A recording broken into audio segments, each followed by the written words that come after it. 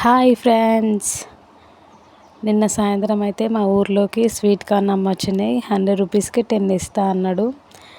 ఇంకా మేము ఉన్నది 4 మెంబర్సే. 10 ఏం చేసుకోవాలని మా ఇంటి పక్క అక్క నేను ఇద్దరం కలిసి అయితే 50 రూపీస్ అయితే తీసేసుకున్నాం.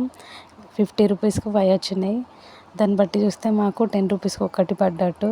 ఇంకా వాటిని అయితే మనకు అమ్మే వాళ్ళు ఎట్లా 20-30 రూపీస్కి ఒకటి ఇస్తారు కదా, దాన్ని బట్టి చూస్తే మాకైతే లాభమే అన్నట్టు కదా. వాటిని అయితే ముందుగా పొట్టు తీసేసి పెద్ద గిన్నె తీసేసుకొని కొంచెం వాటర్ పోసేసి దొడ్డుప్పు అయితే వేసేసి వాటిని ఉడకబెట్టేసిన. ఒక 1/2 అవర్ ఏమో ఉడికిన తర్వాత తీసేసుకొని మా పిల్లలకి హాఫ్ చేసేసి ఇచ్చేసిన. ఇంకా మా బావ అయితే తీసుకొని ఇట్లా నిమ్మకాయ కట్ చేసుకొని ఉప్పు కారం రాసుకొని అయితే తింటున్నాడు.